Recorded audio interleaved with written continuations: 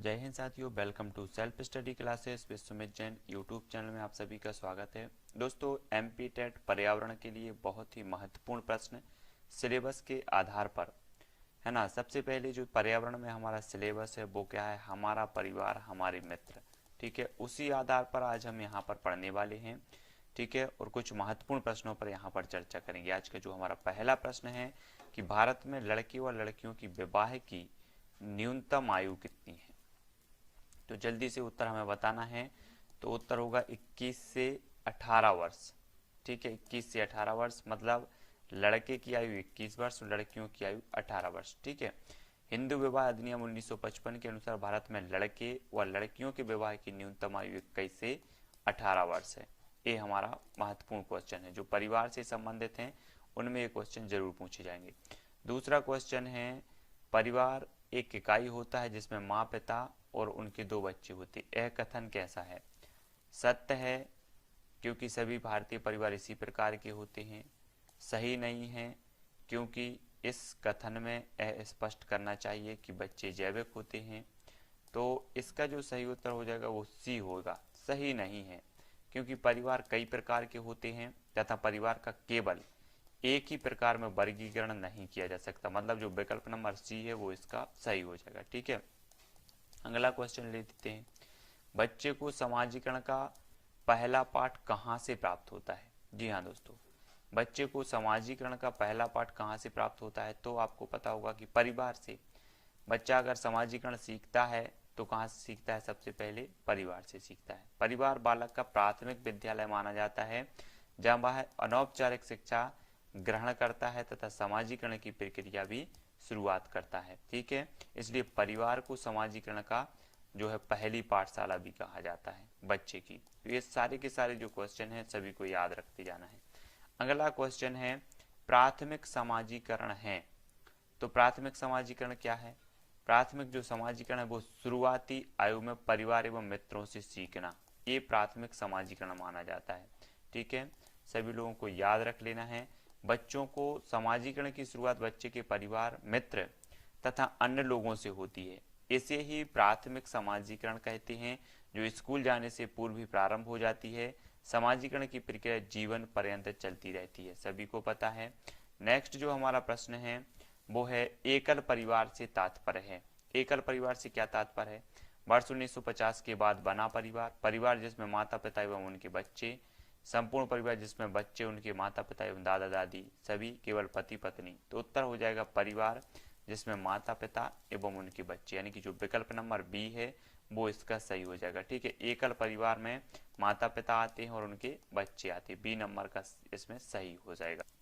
अगला क्वेश्चन देख लेते, निम्न में से कौन सा कथन सही है। एकल परिवार में दहेज प्रथा सामान्य बात है। एकल परिवार में बाल श्रम सामान्य है। दहेज तथा बाल श्रम सामाजिक बुराइयां हैं। दहेज तथा बाल श्रम शहरों में सामान्य बात है। मतलब यहाँ पर सही बताना है तो दहेज तथा बाल श्रम सामाजिक बुराइयां हैं, ये बिल्कुल सही है। ठीक है, यानी जो विकल्प नंबर सी है ये सही हो जाएगा। दहेज सामाजिक बुराइयों में दहेज तथा बाल श्रम प्रमुख बुराइयां हैं। इन बुराइयों का प्रमुख कारण क्या है, अशिक्षा एवं गरीबी। ठीक है, अगला हमारा प्रश्न है, भारत में बाल विवाह निषेध अधिनियम किस वर्ष पारित किया गया। मोस्ट इंपॉर्टेंट है, भारत में बाल विवाह निषेध अधिनियम किस वर्ष पारित किया गया। तो वो पारित किया गया 2006 में। ठीक है, 2006 में ये पारित किया गया बाल विवाह निषेध अधिनियम, और 2007 में ये लागू कर दिया गया।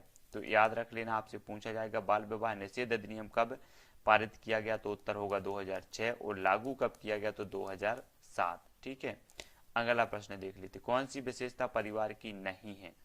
तो इसका सही उत्तर होगा, प्रत्येक सदस्य की आय भिन्न जमा की जाती हो। यहाँ पर प्रश्न आपको अच्छे से पढ़ना, यहाँ पर नहीं है पूछा गया, मतलब प्रत्येक सदस्य की आय भिन्न जमा की जाती हो, ये परिवार की विशेषता नहीं होती। बी नंबर जो विकल्प है वो इसका सही हो जाएगा। ठीक है, अगला क्वेश्चन है, शारदा एक्ट का संबंध निम्न में से किससे। Most important, Sharda act. ठीक है, तो शारदा एक्ट का संबंध है दोस्तों बाल विवाह से, सभी लोगों को याद रख लेना है। शारदा एक्ट का संबंध है बाल विवाह से, आपसे पूछा ही जाएगा। शारदा एक्ट 1929 का संबंध बाल विवाह से संबंधित था, जिसमें विवाह के लिए लड़कों तथा लड़कियों की आयु का निर्धारण किया गया था। इस एक्ट के तहत लड़कों की आयु 18 वर्ष तथा लड़कियों की आयु 14 वर्ष तय की गई थी। ठीक है, आपसे पूछा जाएगा कि इस एक्ट के तहत लड़के लड़कियों की आयु क्या निर्धारित की गई थी, ऐसा भी आ सकता है। ये एक्ट जो है ये कब आया था, 1929 में, ये भी पूछा जा सकता है। और शारदा एक्ट संबंधित है तो बाल विवाह से संबंधित ये भी पूछा जा सकता है। मतलब यहाँ 3-4 प्रकार के प्रश्न आपसे पूछे जा सकते हैं। अगला प्रश्न है सामाजिक बुराइयों का उदाहरण है। तो सामाजिक बुराइयों का उदाहरण है ये सभी, बाल विवाह भी है, बाल श्रम भी है और दहेज भी है। ठीक है, समाज में दोष उत्पन्न करने वाले तत्व तो सामाजिक बुराइयां कहलाती हैं। इसके अंतर्गत बाल विवाह, दहेज प्रथा, बाल श्रम आदि सभी बुराइयां आती हैं। मतलब 10 का जो उत्तर हो जाएगा विकल्प नंबर डी इसका सही। और भी कुछ महत्वपूर्ण प्रश्नों पर चर्चा कर लेते हैं। आपसे पूछा जाएगा कि मनुष्य एक सामाजिक प्राणी है, यह कथन किसका है। तो आपको बताना है, 4 विकल्प हैं, महात्मा गांधी, क्रो, अरस्तु या फिर मैकाइवर। अगर आपसे बनता है तो जल्दी बताएं। मनुष्य एक सामाजिक प्राणी है, यह जो कथन है वो किसका है। इसका सही उत्तर हो जाएगा दोस्तों अरस्तु, यानी कि जो विकल्प नंबर बी है वो इसका सही हो जाएगा। ठीक है, नेक्स्ट आपसे पूछा जाएगा किस प्रकार के परिवार में कलह की संभावना सबसे ज्यादा रहती है। तो प्रश्न क्रमांक दूसरे का उत्तर आपको बताना है। तो दूसरे का जो उत्तर होगा दोस्तों संयुक्त परिवार, यानी कि जो विकल्प नंबर डी सही हो जाएगा। संयुक्त परिवार सभी लोग जानते होंगे, जिसमें दादा दादी, ताऊ, चाचा चाची सभी लोग साथ रहते हैं, वो संयुक्त परिवार है। और इसमें कलह की जो संभावना होती है वो सर्वाधिक होती है। ठीक है, अगला हमारा प्रश्न है एकल परिवार के सदस्य अधिक आत्मनिर्भर रहते हैं, कथन सत्य है। तो कथन आंशिक रूप से सत्य है, बिल्कुल असत्य है, पूर्ण रूप से सत्य है या इनमें से कोई नहीं। तो जल्दी से बताना, एकल परिवार के सदस्य अधिक आत्मनिर्भर रहते हैं। तो तीसरे का उत्तर है पूर्ण रूप से सत्य है, यानी कि जो विकल्प नंबर सी है वो इसका सही हो जाएगा। ठीक है, सभी लोग वीडियो को लाइक जरूर करें दोस्तों, और रोज शाम को 6:30 बजे आपका बाल विकास और पर्यावरण से संबंधित लाइव क्लास होती है, उससे जुड़ें। रोज दोपहर 2:30 बजे बाल विकास की लाइव क्लास होती है, तो उससे जरूर जुड़ें। ठीक है, और पर्यावरण की टेस्ट सीरीज में आपको निरंतर अपलोड कर रहा हूँ, तो वो जरूर देखते रहें। परिवार की विशेषता नहीं है, अब यहाँ पर बनाना है परिवार की विशेषता नहीं है तो क्या नहीं है। विवाह एवं यौन संबंध, समाज विरोधी कार्य करना, वंश परंपरा, सार्वभौमिक संगठन।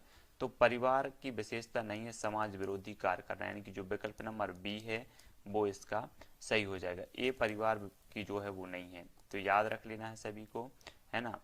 अगला हमारा क्वेश्चन है भारतीय संविधान में प्रत्यक्ष रूप से किसके ऊपर चर्चा किया गया है। किसके ऊपर चर्चा की गई, मादक पदार्थ, बाल श्रम, दहेज प्रथा या फिर सती प्रथा। तो 5 का उत्तर हो जाएगा दोस्तों बाल श्रम। बाल श्रम पर प्रत्यक्ष रूप से जो है संविधान में चर्चा की गई, यानी जो विकल्प नंबर सी है वो इसका सही हो जाएगा। ठीक है, अब आपको बताना सती प्रथा के विरुद्ध सर्वप्रथम प्रयास किसने किया। मोस्ट इंपॉर्टेंट है, प्रश्न क्रमांक 6 का उत्तर बताना है। परिवार से संबंधित है, इसलिए जल्दी से बताओ क्या हो जाएगा इसका सही उत्तर। तो 6वें का उत्तर हो जाएगा, आप लोग अगर बनता है तो कमेंट में लिखते जाएं, उत्तर होगा राजा राम मोहन राय। ठीक है, सती प्रथा के विरुद्ध सर्वप्रथम जो प्रयास किया वो राजा राम मोहन राय ने किया, यानी जो विकल्प नंबर बी है वो इसका सही हो जाएगा, सभी को पता है। ठीक है, अगला क्वेश्चन है हिंदू उत्तराधिकार अधिनियम कब बना, जल्दी बताओ। हिंदू उत्तराधिकार अधिनियम कब बना, 1952, 1955, 1950 या फिर 1956। प्रश्न क्रमांक 7 का उत्तर बताना है। तो हिंदू उत्तराधिकार अधिनियम बना 1956, यानी कि जो विकल्प नंबर डी है वो इसका सही हो जाएगा। ठीक है, प्रश्न क्रमांक 8 का उत्तर हमें बताना है। बालक को सर्वप्रथम समाज में आपस में मिलजुल कर रहने की शिक्षा दी जाती है, राष्ट्र द्वारा, समाज द्वारा, पड़ोस या परिवार। जल्दी बताओ, 8 का उत्तर सभी को बताना है। तो सर्वप्रथम समाज में आपस में मिलजुल कर रहने की जो शिक्षा दी जाती है वो किसके द्वारा दी जाती है, परिवार के द्वारा, यानी कि जो विकल्प नंबर डी है वो इसका सही हो जाएगा। ठीक है, अगला क्वेश्चन देख लेते हैं, समाज की सबसे छोटी इकाई क्या है। जल्दी से हमें बताना है कि समाज की सबसे छोटी इकाई क्या है। इस प्रकार से भी क्वेश्चन आपका बनेगा। तो सभी को पता है कि जब हम परिवार पढ़ रहे हैं और परिवार ही समाज की सबसे छोटी इकाई है, तो विकल्प नंबर जो बी है वो इसका सही हो जाएगा। ठीक है, तो सभी लोग कमेंट में जरूर अपने विचार देते जाएं। जिस परिवार में सामाजिक, आर्थिक एवं धार्मिक दायित्वों के क्षेत्रों में पुरुषों की अपेक्षा स्त्रियों की प्रधानता होती है, उस परिवार को क्या कहते हैं। एकल परिवार, संयुक्त परिवार या फिर मात्र सत्तात्मक परिवार या मात्र वंशीय परिवार। तो सभी जानते हैं कि जिस परिवार में माता जो है प्रधान होती है तो वो मात्र सत्तात्मक परिवार होता है, यानी जो विकल्प नंबर सी है वो इसका सही हो जाएगा। अब हमें बताना है कि ऐसे परिवार जिनमें परिवार की सत्ता किसी पुरुष सदस्य के हाथ में हो तो उसे हम क्या कहेंगे, पुरुष सत्तात्मक परिवार, है ना, पितृ सत्तात्मक परिवार, यानी कि जो विकल्प नंबर ए है वो इसका सही हो जाएगा। ठीक है, अगला हमारा क्वेश्चन है बेस्ट मार्क के अनुसार प्रारंभिक परिवार किस प्रकार के होते हैं। जल्दी से हमें बताना है उत्तर बताना है प्रश्न क्रमांक 12 का उत्तर क्या हो जाएगा, जल्दी लिखो। बेस्ट मार्क के अनुसार प्रारंभिक परिवार किस प्रकार के परिवार होते हैं, तो बहुविवाह, बहुपति विवाह, बहुपत्नी विवाह या एक विवाह। तो बेस्ट मार्क के अनुसार प्रारंभिक परिवार जो होते हैं वो एक विवाह, यानी कि जो विकल्प नंबर डी है वो इसका सही हो जाएगा। ठीक है, अगला हमारा क्वेश्चन देख लेते हैं। परिवार के सदस्यों में मतैक्य और निष्ठा का समाप्त हो जाना, संबंधों का टूट जाना, पृथकता में विकास हो जाना क्या कहलाता है, जल्दी बताओ। परिवार के सदस्यों में मतैक्य और निष्ठा का समाप्त हो जाना, संबंधों का टूट जाना, पृथकता में विकास हो जाना क्या कहलाता है, सामूहिक विघटन, पारिवारिक विघटन, व्यक्तिगत विघटन या फिर तलाक। 13 का उत्तर सभी लोगों को बताना है। तो सभी को पता है कि अगर परिवार के सदस्यों में तक निष्ठा का समाप्त हो जाए, संबंध टूट जाए तो पारिवारिक विघटन हो जाता है। ठीक है, बोलते ना कोई अलग हो जाते हैं, अलग रहने लगते, पारिवारिक विघटन, जिसके कारण एकाकी परिवार बनते हैं। ठीक है, संयुक्त परिवार टूट करके एकाकी परिवार का निर्माण होता है, तो इसे पारिवारिक विघटन कहा जाता है, यानी कि जो विकल्प नंबर बी है वो इसका सही होगा। परिवार की संपत्ति में परिवार के सभी सदस्य अधिकार जन्मजात होता है, ये जो नियम है वो काय का नियम है, जल्दी बताओ। उत्तर हमें बताना है तो फटाफट बताना है, जो इसका उत्तर होगा वो क्या होगा, जल्दी से कमेंट में लिखें फटाक से। उत्तर क्या हो जाएगा, परिवार की संपत्ति में परिवार के सभी सदस्य अधिकार जन्मजात होते हैं, ये मिताक्षरा का नियम है, यानी जो विकल्प नंबर 1 है वो इसका सही हो जाएगा। ठीक है, अगला क्वेश्चन देख लेते हैं। निम्न में से कौन एक संयुक्त परिवार को कायम रखने के लिए उत्तरदायी है, समाजवाद, व्यक्तिवाद, ग्रामीणवाद या फिर नगरीवाद। 15 का उत्तर सभी लोगों को बताना है। उत्तर क्या हो जाएगा, जल्दी लिखें। संयुक्त परिवार को कायम रखने के लिए उत्तरदायी है तो वो क्या है, 15 का उत्तर हो जाएगा ग्रामीणवाद, यानी कि जो विकल्प नंबर सी है वो इसका सही हो जाएगा। ठीक है, सभी को याद रखना है। अगला क्वेश्चन है मनु के मतानुसार कौन सा विवाह सर्वोत्तम है। प्रश्न क्रमांक 16 का उत्तर मोस्ट इंपोर्टेंट, मनु के अनुसार कौन सा जो विवाह है वो सर्वोत्तम है, जल्दी से बताना है। पिशाच विवाह, ब्रह्म विवाह, गंधर्व विवाह या राक्षस विवाह। आपका सही उत्तर होगा ब्रह्म विवाह। मनु के मतानुसार विवाह का जो सर्वोत्तम है वो ब्रह्म विवाह, यानी कि जो विकल्प नंबर बी है वो इसका सही हो जाएगा। ठीक है, अगला क्वेश्चन देख लेते हैं। किस अधिनियम के आधार पर हिंदू विवाह को एक सामाजिक समझौता माना जाता है, तो जल्दी से कमेंट में लिखना है, इंपॉर्टेंट है। 17 का उत्तर क्या होगा, हिंदू विवाह को एक समझौता, सामाजिक समझौता माना जाता है, वो है हिंदू विवाह एवं विवाह विच्छेद अधिनियम 1955। इस अधिनियम के तहत जो है हिंदू विवाह को एक सामाजिक समझौता माना जाता है। ठीक है, तो यहाँ पर हमने मोस्ट इंपॉर्टेंट पर्यावरण का जो हमारा टॉपिक है, हमारा परिवार, हमारे मित्र से संबंधित, जो भी परिवार से संबंधित, विवाह से संबंधित आदि जो भी नियम थे, जो भी अधिनियम थे, उनको भी जाना, महत्वपूर्ण प्रश्नों को जाना। दोस्तों वीडियो आपको कैसा लगा कमेंट में जरूर लिखें, है ना, और वीडियो को शेयर करें। आपको निरंतर इसी प्रकार से सिलेबस के अनुसार ही वीडियो मिलेंगे, सिलेबस के अनुसार प्रश्न मिलेंगे। इसकी प्लेलिस्ट भी आपको बना दी गई है, तो वो देखें। शाम को आपको 6:30 बजे लाइव क्लास मिलती है बाल विकास और पर्यावरण की, वो आपको देखना है। साथ ही आपको 2 बजे, दोपहर 2:30 बजे आपको बाल विकास की क्लास मिलती है, तो वो जरूर देखें लाइव क्लास, और वीडियो को लाइक और शेयर अवश्य करना है। दोस्तों आज की वीडियो के लिए बस इतना ही, नेक्स्ट वीडियो जल्द ही अपलोड होगा, तो इसके लिए आप चैनल को सब्सक्राइब कर लें, वीडियो को लाइक करना है और शेयर अवश्य करना है। जय हिंद।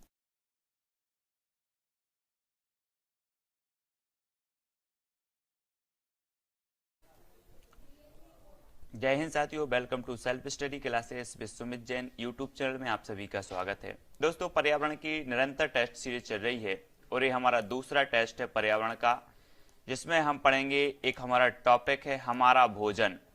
पर्यावरण में एक टॉपिक है हमारा भोजन, उससे संबंधित ही हमारा टेस्ट है, तो सभी लोगों को ये मोस्ट इंपॉर्टेंट है, तो सभी लोग बहुत अच्छे से देखें। इससे पहले हमने हमारा परिवार, हमारे मित्र के जो प्रश्न थे, जो महत्वपूर्ण प्रश्न थे, उनके बारे में पढ़ा। अब हम इसके बारे में, महत्वपूर्ण प्रश्नों के बारे में पढ़ेंगे। दोस्तों आपने सब्सक्राइब नहीं किया है चैनल को तो सब्सक्राइब कर लें, वीडियो को लाइक कर दें और रोज आपकी बाल विकास और पर्यावरण की कक्षा होती है, लाइव क्लास होती है रोज दोपहर में 2:30 बजे और शाम को 6:30 बजे। ठीक है, हिंदी की कक्षा होती है 9 बजे। तो जो भी साथी लाइव क्लास से जुड़ना चाहते हैं वो लाइव क्लास से अवश्य जुड़ें। आज का जो हमारा पहला प्रश्न है, नारियल डली हुई किसी भी करी के साथ उबला हुआ टेपिओका निम्नलिखित में से किस क्षेत्र का प्रिय भोजन है? अब हमें बताना है पश्चिम बंगाल का, बिहार का, तमिलनाडु का या फिर केरल का। तो इसका जो सही उत्तर हो जाएगा दोस्तों केरल, यानी कि जो विकल्प नंबर डी है वो इसका सही हो जाएगा। ठीक है, और केरल की बात आती है तो एक केरल से हमें एक और प्रश्न पढ़ना है कि केरल में पेरियार अभ्यारण्य है। आपके पर्यावरण से संबंधित याद रख लेना है, जो करंट में रहा है पेरियार अभ्यारण्य। यहाँ सबरीमाला मंदिर है पेरियार अभ्यारण्य में, तो सभी को याद रख लेना है, आपसे पूछा जाएगा। अभी असिस्टेंट प्रोफेसर एग्जाम में पूछा गया था सबरीमाला मंदिर कहां पर है, तो उत्तर होगा केरल, और पेरियार अभ्यारण्य में है ये सबरीमाला मंदिर। तो सभी को याद रख लेना है, नारियल डली हुई किसी भी करी के साथ उबलता हुआ टेपिओका केरल का जो है प्रिय भोजन माना जाता है। अगला हमारा क्वेश्चन है वो क्या है, निदान के पश्चात कोई डॉक्टर रोगी से यह कहता है कि उसके खून में हीमोग्लोबिन की कमी है, तो उस रोगी को आयरन की कमी को पूरा करने के लिए क्या क्या खाना चाहिए? जल्दी से हमें कमेंट में बताना है। इसका सही उत्तर होगा आंवला, हरी पत्तेदार सब्जियां और गुड़। ठीक है, इसका जो विकल्प नंबर 1 है वो इसका सही हो जाएगा। हीमोग्लोबिन की कमी, तो रोगी को आयरन की कमी पूरी करने के लिए आंवला, हरी पत्तेदार सब्जियां व गुड़ आदि का खाने में प्रयोग करें, क्योंकि इनमें आयरन की मात्रा प्रचुर रूप से होती है। ठीक है, तो हमारे भोजन टॉपिक से संबंधित इस प्रकार के कई प्रकार के क्वेश्चन पूछे जाएंगे। तो विस्तृत रूप से भी अध्ययन हमारा चल रहा है, तो सभी लोग वीडियो की जो प्लेलिस्ट है उसमें जरूर देखें। कोई डॉक्टर एक मरीज को खाने के लिए कुछ दवाइयां लिखता है और साथ ही गुड़, आंवला और हरी पत्तेदार सब्जियां जरूर खाने का सुझाव देता है। यह मरीज किस रोग से पीड़ित होना चाहिए? ठीक है, तो आपका उत्तर होगा एनीमिया। एनीमिया यानी कि जो विकल्प नंबर सी है वो इसका सही हो जाएगा। जब डॉक्टर एक मरीज को खाने के लिए दवाइयां लिखता है तथा साथ ही गुड़, आंवला और हरी पत्तेदार सब्जियां खाने को कहता है, तो वह मरीज एनीमिया रोग से पीड़ित है।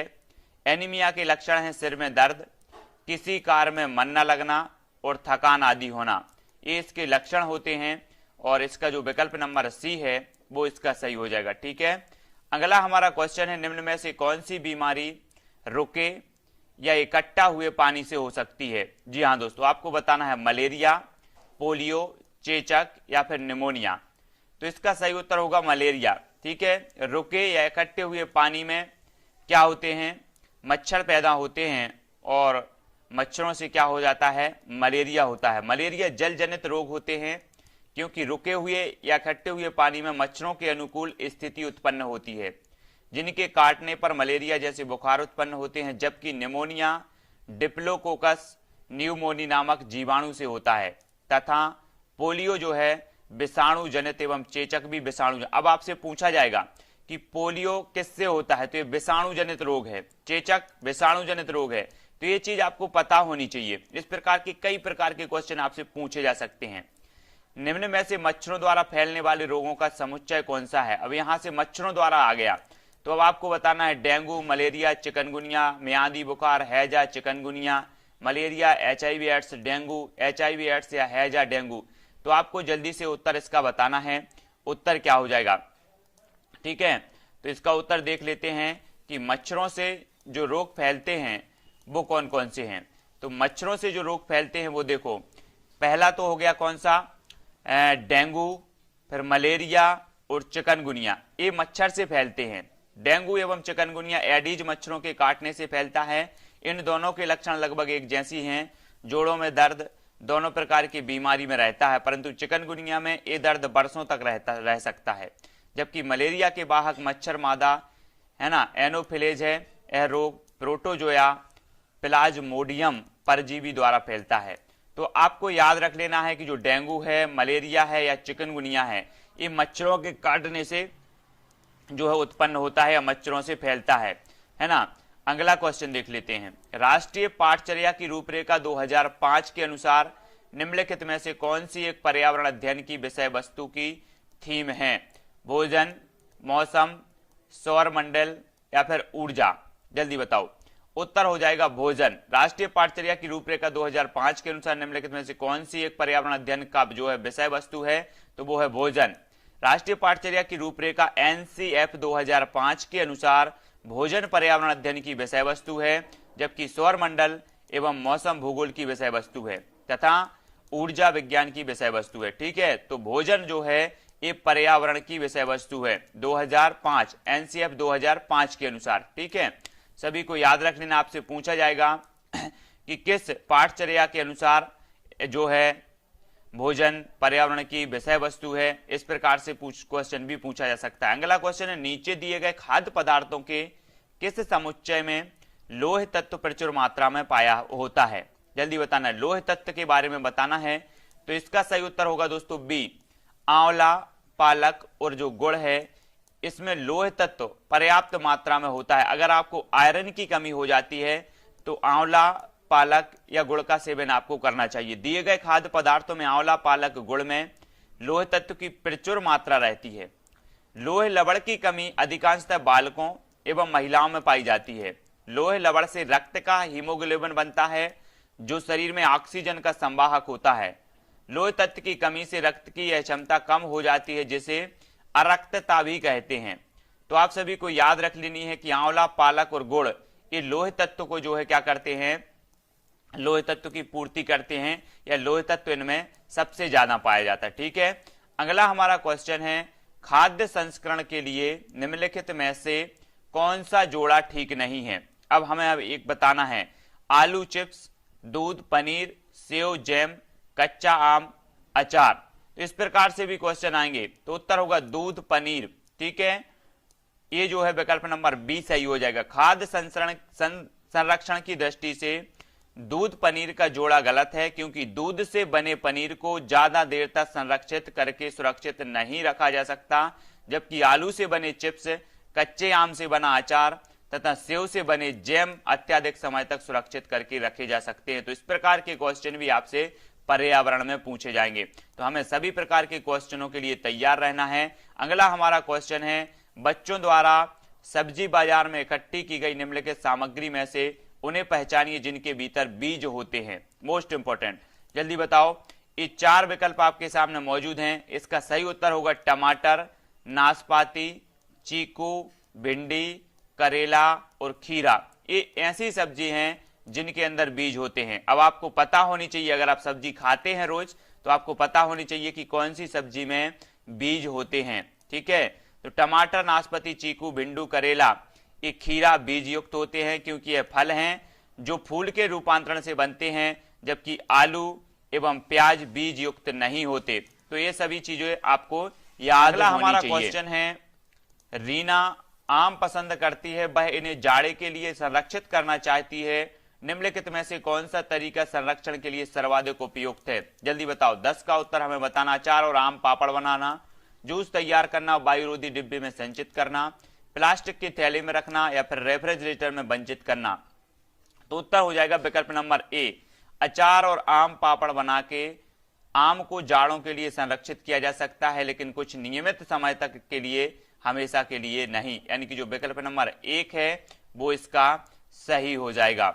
अगला क्वेश्चन देख लेते हैं, निम्नलिखित समूहों में से उस समूह को चुनिए जिसमें खाना पकाने के तरीके दिए गए हैं। तो जल्दी से बताओ, खाना पकाने के तरीके दिए गए हैं तो किसमें दिए गए हैं? सेंक कर, तलकर या फिर भूनकर। यानी कि जो विकल्प नंबर सी है वो इसका सही होगा। खाना पकाने का तरीका है सेंक कर भी, तलकर भी, भूनकर भी, है ना। इसी तरीके से जो है खाना पकाया जा सकता है। अगला हमारा क्वेश्चन है, मीरा और दिव्या छोटी लड़कियां हैं।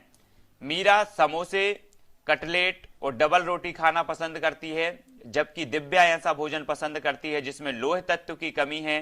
मीरा और दिव्या को निम्नलिखित बीमारियों में से क्रमशः कौन सी बीमारी होगी? जल्दी से हमें बताना है, तो क्रमशः बताना है। उत्तर होगा सी, मोटापा और एनीमिया। मीरा के समोसे, चॉकलेट और डबल रोटी, कटलेट आदि के खाने से उसका मोटापा बढ़ेगा, और दिव्या लोहे तत्व की कमी वाली चीजें खाना पसंद करती है, इसलिए उसके अंदर हीमोग्लोबिन की कमी हो जाएगी और उसे एनीमिया हो सकता है। ठीक है, तो प्रश्न क्रमांक जो 12 का उत्तर होगा वो सी होगा। इस प्रकार से सभी लोगों को बहुत बढ़िया तरीके से ये सारे के सारे क्वेश्चन अच्छे से याद रखनी है, क्योंकि इसमें पूरा विस्तृत रूप से दिया है। पके हुए चावल रेफ्रिजरेटर में अपेक्षाकृत लंबे समय तक परिरक्षित किए जा सकते हैं, क्योंकि रेफ्रिजरेटर में कुछ ऐसे रसायन होते हैं जो रोगाणुओं को नष्ट कर देते हैं। कम तापमान पर रोगाणु निष्क्रिय हो जाते हैं। मतलब जो इसका विकल्प नंबर बी है वो सही हो जाएगा, कम तापमान पर रोगाणु निष्क्रिय हो जाते हैं, यानी कि जो विकल्प नंबर बी है वो इसका सही होगा। ठीक है, अगला क्वेश्चन देख लेते हैं। विटामिन ऐसे पदार्थ हैं जो क्या करते हैं, हमारी उपापचय दर बढ़ाकर भार में कमी लाते हैं, स्वस्थ रहने के लिए दवाई के रूप में लिए जाते हैं, पेशियों का विकास करके हमें ताकतवर बनाते हैं, या फिर हीनता जन्य रोगों से बचाने के लिए थोड़ी मात्रा में आवश्यक है। तो हमें बताना है विटामिन ऐसे पदार्थ हैं जो क्या करते हैं। विटामिन ऐसे पदार्थ होते हैं दोस्तों जो सत्व भोजन के अवयव हैं, जिनकी सभी तत्वों में अल्प मात्रा में आवश्यकता होती है। ये रासायनिक रूप से कार्बनिक यौगिक होते हैं तथा ये ऐसे पदार्थ हैं जो हीनता जन्य रोगों से बचाव के लिए थोड़ी मात्रा में आवश्यक है।